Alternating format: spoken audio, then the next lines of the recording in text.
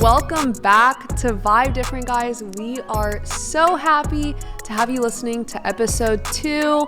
Last episode, we talked about what it means to vibe different, introduced you guys to the new family we have around here. And so just to give you a little recap of what happened on episode 1, you can go check that out still on YouTube, Spotify, Apple, wherever you do your streaming. But what we talked about is what it means to vibe different. We talked about how a vibe may be a feeling that reaches your soul, but we're talking about vibing different. So that's a faith that's reaching your soul. And we also talked about getting the world in you, out of you. What does that even mean? All these Bible verses about it. We talked about how the focus isn't to be getting the world out of you, trying to be this like perfect person, but the focus should be getting Jesus in you. And that's where we're going to see all of the change. And so today what we're going to be talking about is just how can we be different? What does that even look like? Does it look like how you dress, how you talk? We're going to get into all of that. But first, I want to introduce you guys to my guest. Couldn't be doing this alone. So I'm really excited to have my friends here. There's a familiar person that you may have seen last week and a new face that you should get used to seeing. So let me introduce Brooke, our youth pastor. You already know the vibes. What do you want to tell us? So last week I introduced myself. I did mention that I love pranks. So if you know me, you know that I love pranks. I love coffee. I have some coffee in my cup right here to keep it cold so that I can finish it. Just a few things about me, but I also love this generation. I'm passionate about helping them grow. And so that's why I'm super excited to hear from Carson today because he's actually a student, a teenager that goes here to our youth group. So yeah. That's awesome. All right. And then we have Carson here. Like Brooke said, he's one of our students. And I think all of our leaders could agree that seeing somebody in this generation, in this age group, just really being willing to walk with the Lord, it's rare. Not even going to lie. It doesn't happen all the time. And Carson really does embody this with the way he talks. He loves people. He loves Jesus. So here is Carson. Would you like to introduce yourself? Yeah. Well, like Brooke said, Kat said before, my name is Carson. I'm a student leader here. I'm 16 years old. I'm in 10th grade. Let's go. Pranks are cool. Pranks are cool. I like pranking my little siblings from time to time. You got a favorite food? Favorite food? That is actually a good question. Cereal. Cereal. Yes, me too. Yeah. Which cereal? Cinnamon Toast. Cinnamon Toast Crunch. The hold that cereal has on people, I'm telling you. Yeah. It does. I was never allowed to buy that. If my mom is watching this, she knows it was like too sugary, so we didn't really get sugary cereals like that. I eat cereal like every night for dessert. Yep. It's like the best thing. It does hit different. It does. And if you don't remember, I am Kat, or if you're new here, I am a youth leader here at Greenhouse. In college, about to be done with college, hello, and just vibing, just living life. So vibing different. People have probably heard this like 10 times at this point. So I want to ask you a question, Brooke. I want to ask you, why is it important for us to like know about God's holiness and understand it? Because that kind of goes along with faith and with vibing different. Okay, that's like a really big question, but I think so I think the biggest thing is when we think of God, I think a lot of attributes come to mind. So what's one thing that comes to mind when you think of God? Faithful. All right, what about with you? When I think of God, I think big. Big. Okay. So these are attributes. A lot of people's number one answer is love or grace or mercy or justice. And honestly, I think a lot of it, like depending on how you were raised or how you grew up, that's your perception, which these are all true. Like God's faithful. He is big. He is loving. But all of this is because he is holy. So like holiness is what makes God. Holiness is because him being holy means he is completely set apart from anything. Like he's incomparable, and because he's holy, he's faithful. Because he's holy, he's loving. Because he's holy, he's big, he's mighty, he's just. And so it's really important to understand his holiness, because if we just try to go after all these other attributes and characters, a lot of times we can end up treating God like a person, like if that makes sense. And he can't violate these attributes because of his holiness. So because of his holiness, it's impossible for him to violate those parts of his character, because there's none like him. So because he's perfect. And so, yeah, I hope that answers the question. But yeah, like because of this holiness, it requires us to be set apart. Like that's what even holiness is. It's being set apart. And so God will even call us to consecrate ourselves in some ways. And so, yeah, I know his holiness has impacted me in a lot of ways. And Carson, I'd be interested to know maybe if there's any ways that God's holiness has impacted you. Yeah, for sure. Well, as you preached some time ago, God being holy is him being different, not like you and I. He's just being a different being. So to tap in what God's holiness is to me, I would have to tap in a little bit of my testimony, which nobody really knows.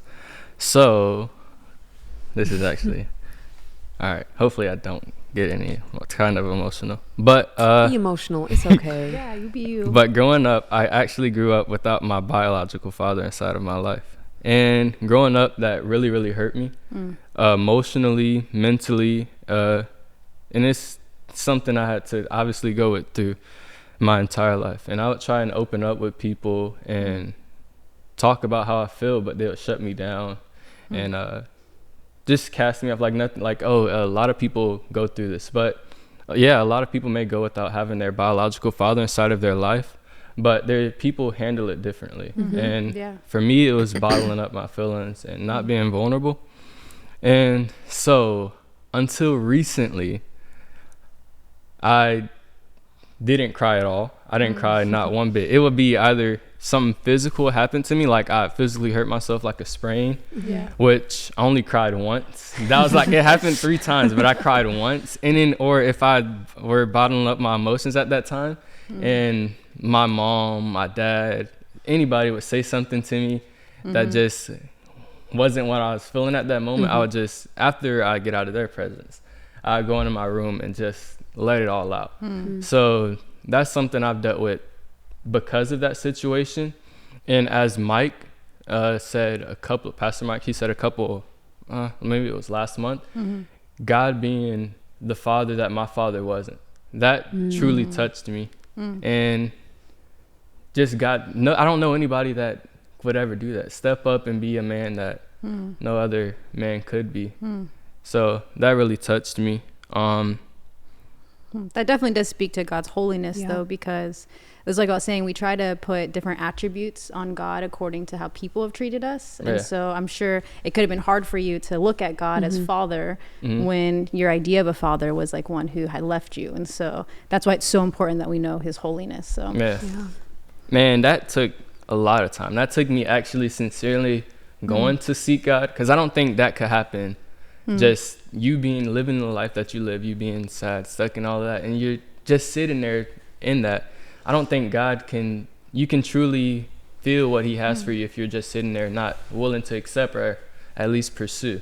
So it took me pursuing, but until recently, actually, I believe it was last Thursday, I actually cried for 20 minutes. It was in my quiet time. I cried for 20 minutes. And this wasn't tears of pain or somebody saying something to me.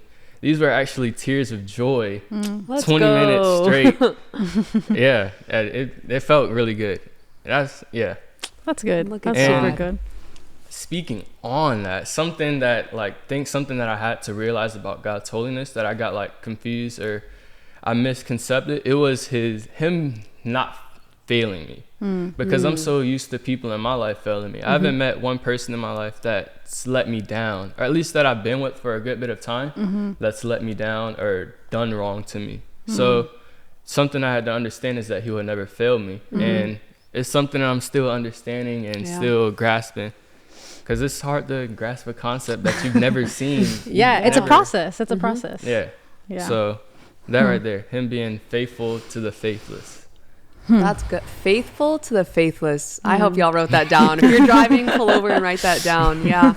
I mean, wow, you just said so much good stuff at once, Carson. That was so good. I really like, though, even what you just said.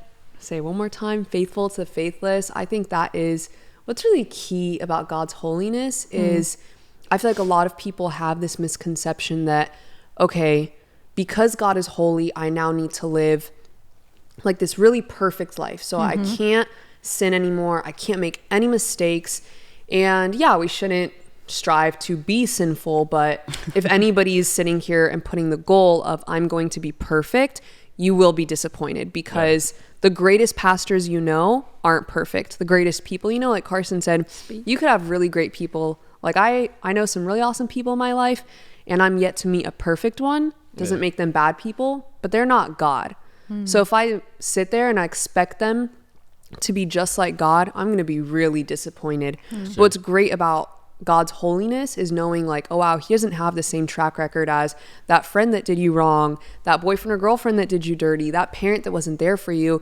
He's in a world all of his own. And so I don't have to worry about him running out on me, doing me dirty, because at the end of the day, like his holiness is actually letting him treat me so perfectly.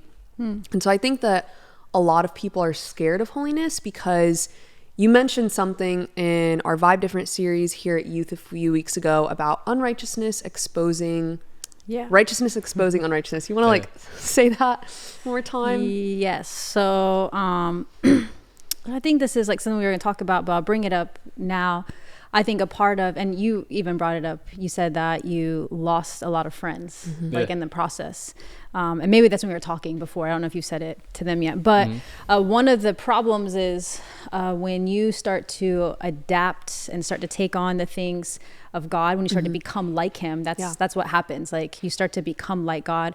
And there's so much that goes into this. We're made in his image. That's actually who we are made to be. But anyways, when you start to allow light to come in, what happens is when you get around other people who are living in darkness, your light is naturally exposing their darkness. And so that's really difficult. Like if you think about it, because like, it's tough because we want to know things about our friends. So it's like when you find out something about your friend that you don't know, like, I don't know if that happened to me last night.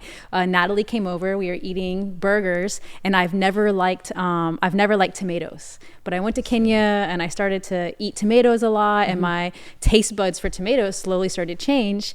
And last night she was cutting up tomatoes for our burgers, and I was like, oh, I'll take a tomato. And she's like, what? I don't even know you. She was like offended, not like really offended, but offended. And because she felt like she should know me like that. And so I was like, actually, like I kind of like tomatoes now. So I've been eating it on stuff. And so, but that's what happens when we start to become different. When we start to become like God and you get around other people, it's like, wait, I don't even know you anymore. Like, that's not even who you are. One of two things happens. One, they're offended because you're supposed to be friends and they think they know you. But two, your light or your righteousness starts to touch their darkness or their unrighteousness. And people respond differently. For some people, it's like they feel judged, they feel looked at. But really, it's just because they're also made in God's image, there's something that's wrong there. And that's being exposed, and exposure hurts, especially in this culture. Exposure has been shameful in some ways. It's like just not always handled right. So I don't know if I fully answered that, but yeah, it was along that line. That's really good. So before, you mentioned this word like consecration, and for anybody who doesn't go to church, doesn't know what that word is, do not be ashamed, do not be embarrassed. It's real churchy. Do you think you could break that down for us, explain it a little bit? It is a little churchy. I would hear words like this, like consecration, sanctification, justification. I'd be like, what is all the fications? And it would really confuse me. It's like just to be separated from things of the world for God, if that makes sense. So it reminds me of Romans 12, where it talks about, in view of God's mercy, to offer yourself as a living sacrifice, holy and pleasing to God. So I think it's like living a life that's lived as a sacrifice is like consecration. That's in some ways. So when you see this word, actually, I don't know if it's the first time you see it, but this morning, Seek Streak, you're doing the Seek Streak? Oh yeah, for sure. All right, so did you read Exodus this morning by chance? It was okay. short, but yeah. So it was short of plain. So today though, they talk about consecration. I don't know if you noticed that they're telling Aaron, the priest, to consecrate himself, like consecrate yourself by wearing these priestly garments. And like, that seems really odd. How is that separating yourself? But the garments actually represented certain things, like the white of the garment. So like the garments were like dazzling white, and it was like a crown, and it was supposed to, if you read, so the Bible, just so everyone knows, it's one story It's a bunch of different stories that points to one story, like leading to Jesus. Yeah. And so even in this, you see like the priestly garments, the ways being consecrated, is that's pointing to one day Jesus is going to be at this transfiguration. I don't know if you ever read that story. Yes. It seems kind of weird. Like he's on a mountain where, he's on a mountain and all of a sudden he's like glowing white. And so now he's shining and his clothes were light, which eventually will lead to, and this is like just a really quick version, to where we're called to be light. And 1 Peter 2:9, it says we are a chosen people, we're a royal priesthood, and we are supposed to declare the praises of him who has called us out of the darkness and into the light. So then one day, because of Jesus, because of what he's done, we're now able to be the light. So I like that's like a really long answer, but I think a good way to put it is like if you're playing a sport, you get a uniform, right? Like you get a uniform. The uniform isn't what made you get on the team. Yeah. But it represents that you're on the team, right? Like the Okay. uniform isn't, I like that. and so that's setting you apart to identify, oh, you play for that team. Like that's not what gets you on the team. It's actually because you're already on the team, you start to look different. You start to wear the uniform. And that's like what's really, really important when it comes to consecration, any of these things, is it's a process, but it all comes from being with Jesus first. And then he'll start to do what's different now at the new covenant is now we have his glory, we shine as light, but it's not about what goes on the outside as much as what comes on the inside that now affects the outside. And so it's like wearing this uniform, being consecrated. So I don't know. That's really good. Yeah, thanks for breaking that down, because not even gonna lie, guys, I was in church for a long time, and sometimes I'd hear them say these words. Like in Spanish church, they'd say like to consecrate yourself, and I'd be like, huh? What am I supposed to do? I know. I used to think they were saying concentrate, and I was like, oh, okay, okay, really hard, God. I'll focus, I promise. That's good. So even hearing about that, I think it's really interesting how important it is to God. And I almost wonder if God knows, like, it is because of how holy I am, it's because of how set apart I am that I can treat you guys so well and I can love you so well. If that's even part of his heart of I want you guys to be different. I think about even in John when it talks so much about loving other people. I think it's in John 15 that Jesus even says greater love. This isn't going to be an exact quote, guys. Yeah. Greater love is that he would do it. That he would lay down his life for his friends. Okay, scripture memory. We're working there. We're working. But even I remember reading that and I was like, dang, I have some good friends. I really do. Yeah. I don't know how many of them would like be like, I will lay down my life right now for you. We'd probably say it. Like if we're honest, we'd be like, ride or die. But that die part, we're talking about the ride more than the die. Like if we're being honest.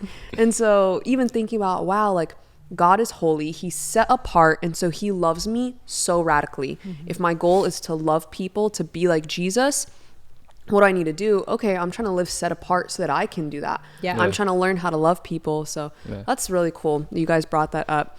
So I even want to ask you guys, Brooke, you work with teenagers, young adults all the time. Carson, you are a teenager. You are going to be a young adult. Let's go. So what do you guys think are some like practical ways that we could consecrate ourselves? Like what does that look like today, 2022?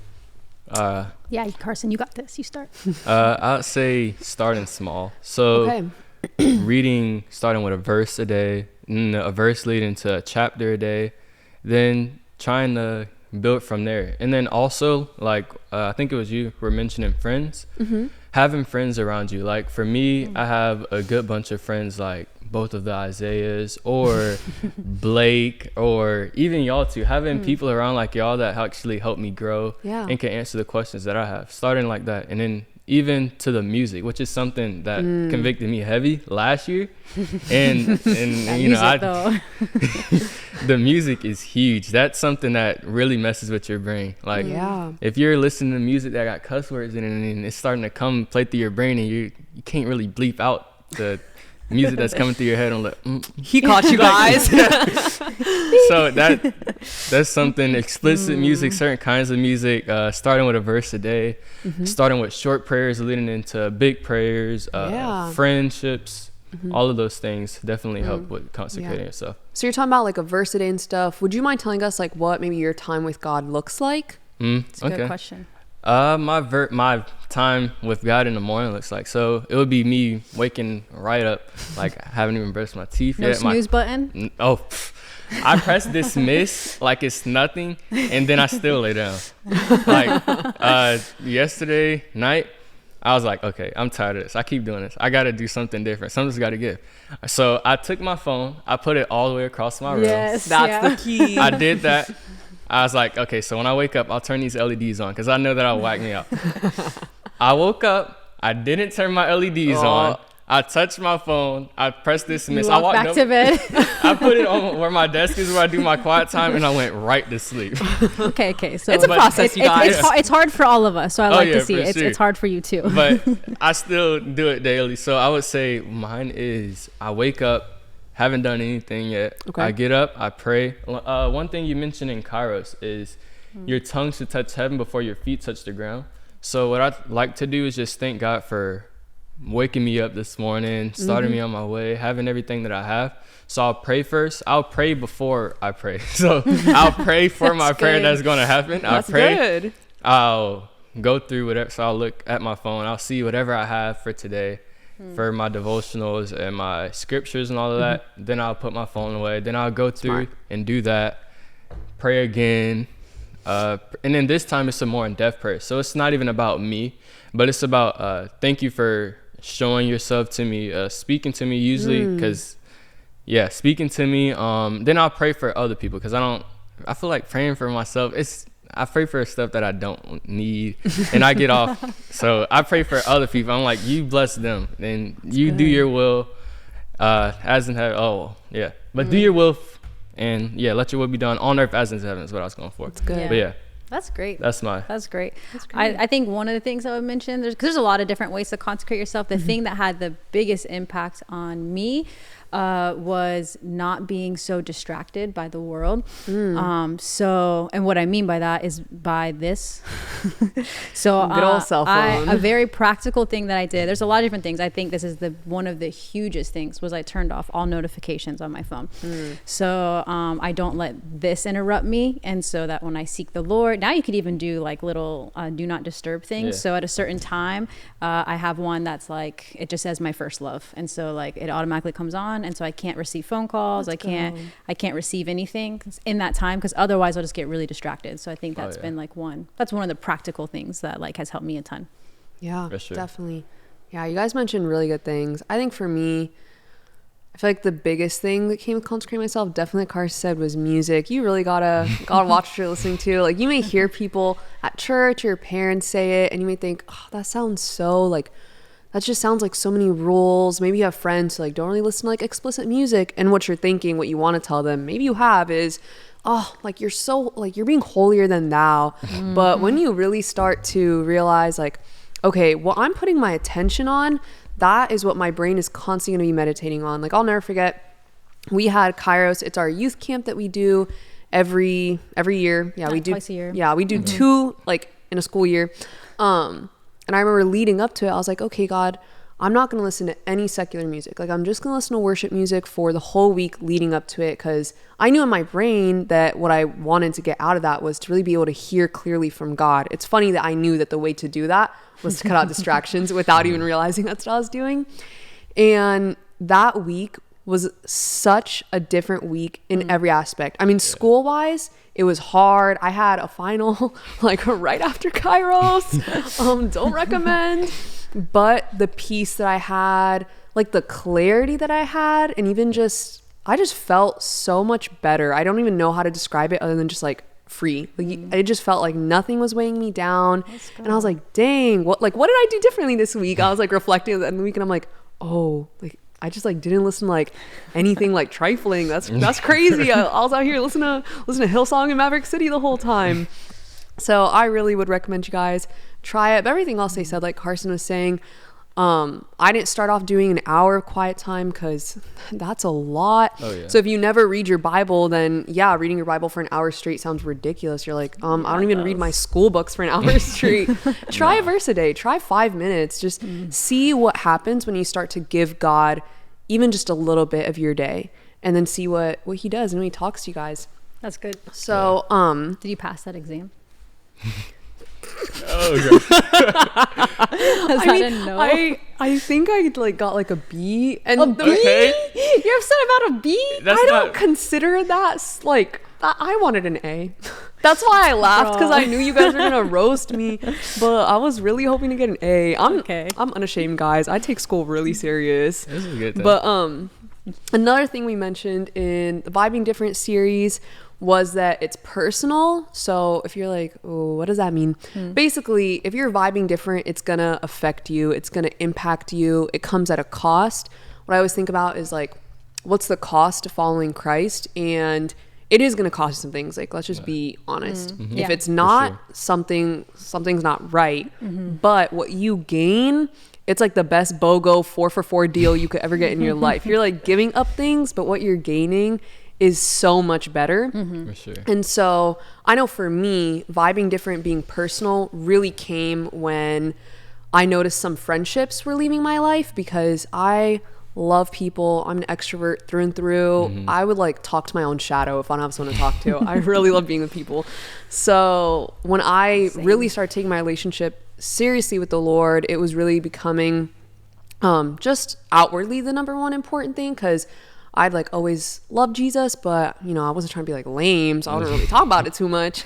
So when I was like, you know what, I guess I don't really care about that anymore, I did notice that whole aspect of like righteousness and unrighteousness. Like I was trying really hard to not be judgmental, to let my friends know like I don't look at you any differently. But even with that, they were still noticing that something was different. Like they were noticing like, oh, like why doesn't she come around as much? Well, you know, like I wasn't trying to be in like some like ratchet gathering, because I like didn't feel good there. And so even small things like that did end up, I remember I was praying one day, and all I'm saying, guys, is whatever you pray, just make sure like you mean it, because sometimes it really be coming true. So I told God, I was like, God, if this costs me my friends, I don't care. I'm just trying to be with you. Please let me tell you, within like 2 months, I got kicked out of my group chat. So Dang, really did cost you your friends. It did. But I remember I was complaining about it to my dad. I was whining, and I was like, Daddy, you don't get it. You do not get it. And he was like, listen, Catherine, when you prayed that prayer that you told us about, did you mean it? And I was like, yeah, I meant it. What do you mean, did I mean it? And he was like, okay, great. So this is like a testimony. God answered your prayer. And I was like, oh, yeah, it is. That's a good dad. And so, yes, shout out to Eric for the perspective shift. But even though that did cost me something, and I cried in that moment, and it was hard, what I gained was so much better, because I did get closer to God, partly because I was like, well, I don't have a bunch of people blowing up my phone saying, let's go out right now. Who am I gonna spend time with? Well, Jesus can't get tired of me, so I guess I'll talk to him. And God even was so faithful and brought really good community into my life that I just wouldn't even have been looking for, because I was already so consumed. So I even wanted to ask you guys, like, what are some ways that vibing different has been personal for you? I'll go. Okay, so for sure, like definitely felt the effects of losing friendships, which is really tough. I didn't go after losing those friendships, but it does naturally happen when what you do changes, when your desire changes, and kind of what we talked about earlier.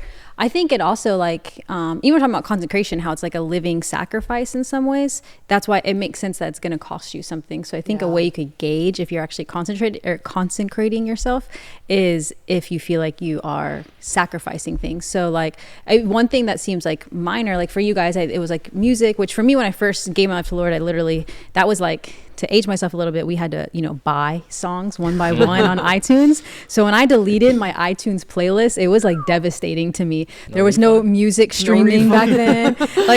So I was just like, ugh, like literally it was over 500 songs. So that was one thing. Yeah. So like that like literally cost me money. But God's good. But I think even things like you're left out of stuff, think about it, like certain TV shows. Like I had to quit watching some shows, and that's a bummer because there's a lot of good shows out there. There's a reason why people binge them. And I'll be watching them though, and I'm like, this isn't good for me. Like this is causing my mind to lust, or I'm starting to speak a certain way. This is producing emotions within me that I don't want to have, and to have to not watch a show that everyone else is watching, everyone else is talking about. That's tough. Yeah. So like I had, you like have to give up stuff like that. So there's just certain things that it comes at a cost, but it's always like worth it in the end. So I think that would like be one of the things for me. Good. Yeah, same thing for me with friends. Our needs and wants were just different. So, well, we have very similar needs. We needed Jesus. That's what we need. That's true. That's right. Like, our wants were completely different. We get in situations where I felt like way too comfortable and I'm way too familiar, and I couldn't even be in those situations anymore. And they started dropping like flies. So, but one thing, well, a couple of things that my mom told me, and that were just told to me in general, were if they were easy, like if they quit on you easy, they were never your friends in the first place. And another thing she told me is like, Carson, you're not meant to fit in, but you're meant to stand out. You're Let's go, more Mom. She is my favorite person to hear speak. Aww. She has these little sermons in the car after every youth group. I'm here for them to keep talking. But yeah, I'm not meant to fit in and be with them. I'm not meant to be comfortable inside of those situations. I'm not meant to feel familiar to all the things that aren't good for me. I'm not meant to sit in those things and listen and dwell in them like it's nothing, because that's just gonna hinder me and push me further from my purpose and my calling. So yeah, that really, really hurt. But because out of nowhere it happened, I started feeling really lonely and all by myself. And all the time that I was feeling lonely where I had nothing to do, I really could have been having quiet times and spending time with God, which is something that I found out like the last half of last year for sure. But yeah, I felt lonely. I felt unseen. People were pretty much reigning inside of my life before that, and now that I'm not having anybody in my life, what I'm supposed to do? Like, I'm not gonna say I'm an extrovert, but I'm not gonna say I'm an introvert. I'm like an ambivert. I'm like in the middle between both. I like that. Yeah. So it took me getting them out of my life and having the right perspective, looking at God for who he truly is and having him stand tall inside of my life. And yeah, let's go. Yeah, that's great, good. Carson. One of the things you bring up I want to hit on is it's a conviction that you're feeling. And so when you're saying like not being too familiar, like that's really big, because like my goal is I never want to keep ignoring the convictions to the point where you don't feel them anymore, because convictions, like that's a gift. A lot of people think it's like a bad thing, but it's a gift that we have when we feel convicted. So yeah, for sure.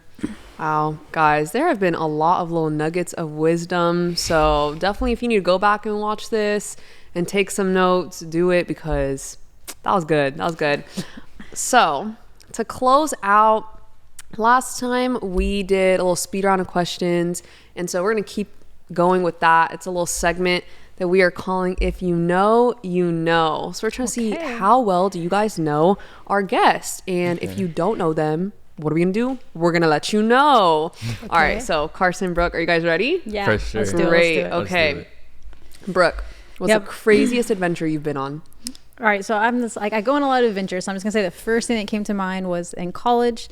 I think it was like at 2:00 in the morning. We decided we're just gonna leave, drive to Alabama, and go caving, go explore inside of caves. And so I was like, it's like the most spontaneous trip I did. I've done a lot of different adventures, but that was the most spontaneous. Yeah. Hope you guys don't sleep with your phone on Do Not Disturb, or your friend group's leaving, because at 2 a.m. I'd be slumped. Well, we were just all together. We're like, let's just go right now. So okay. All right, Carson, what is the craziest, I'm talking like wild and out thing you've read in the Bible? Oh, that's not going to be a rapid answer. I actually have this, and it's actually a very recent one that I've been looking at. He took a screenshot to ask someone, what the heck does this mean? So it was, so you were talking about the transfiguration earlier. Yeah. It was that. So when he went up and Moses, I was like, this is in the New Testament. So Moses and Elijah are long gone. So I'm like, first of all, I read over that many times.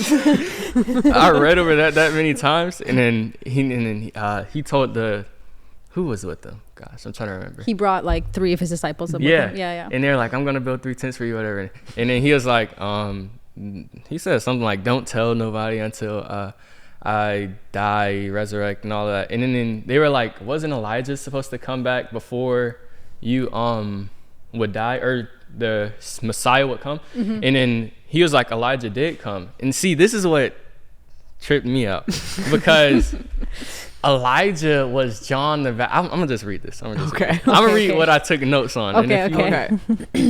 Yeah. Okay. So what I said was, a great amount of people thought that when Malachi prophesied Elijah, an already past great prophet, would come back and bring restoration. Many people, since Elijah was already dead, thought that Elijah would be resurrected, which is exactly what I was thinking. I'm like most of those people. And that wasn't the case. This prophecy that was made and foreshadowed the coming of John the Baptist, who would fulfill the prophecy, which John the Baptist would just about be identical to Elijah and what they stood up for and believed in. John the Baptist was the second coming of Elijah because he took the prophetic role of Elijah. It wasn't reincarnation, which isn't biblical at all.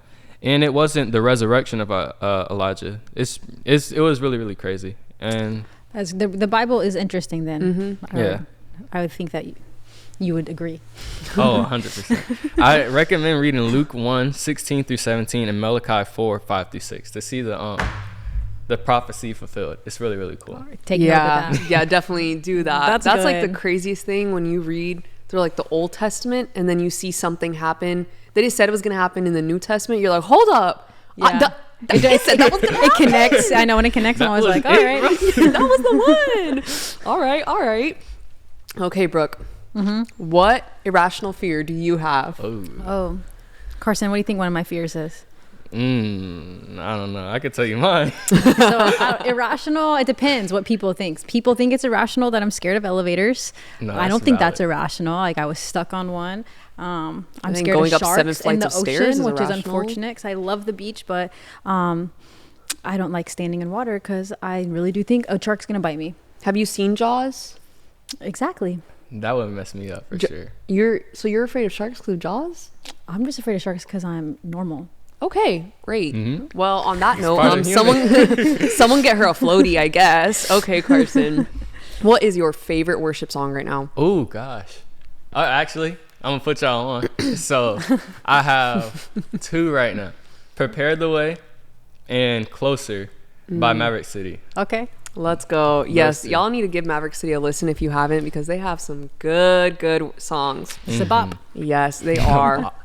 All right, guys. So we want to thank you for listening. Before you go out, as always, here's your weekly challenge. We would love to see these on the Greenhouse Youth Instagram at greenhouse_youth. So be sure to be tagging us. This week's challenge is you're going to find one item that represents your vibe. All right. And then you're going to take a picture and tag at Greenhouse Youth on Instagram. We want to pick the most interesting, cool one. Please let me say it has to be appropriate. Don't be trifling, sending us something that we don't need to be seeing. Okay. I have to put that out there. Again, don't forget to follow Greenhouse Youth on Instagram. You can keep up with us. Check us out on a Wednesday if you are in the Gainesville area because we would love to see you guys. Sure. And we are going to be saying some affirmations. I'm a big person on what you speak out is what you become. You know, we've got power of life and death in this tongue. So here are some things that we can all say together. I encourage you, pause it, play it back, say it with me. So I have the power of Christ in me. I am chosen, seen, and loved.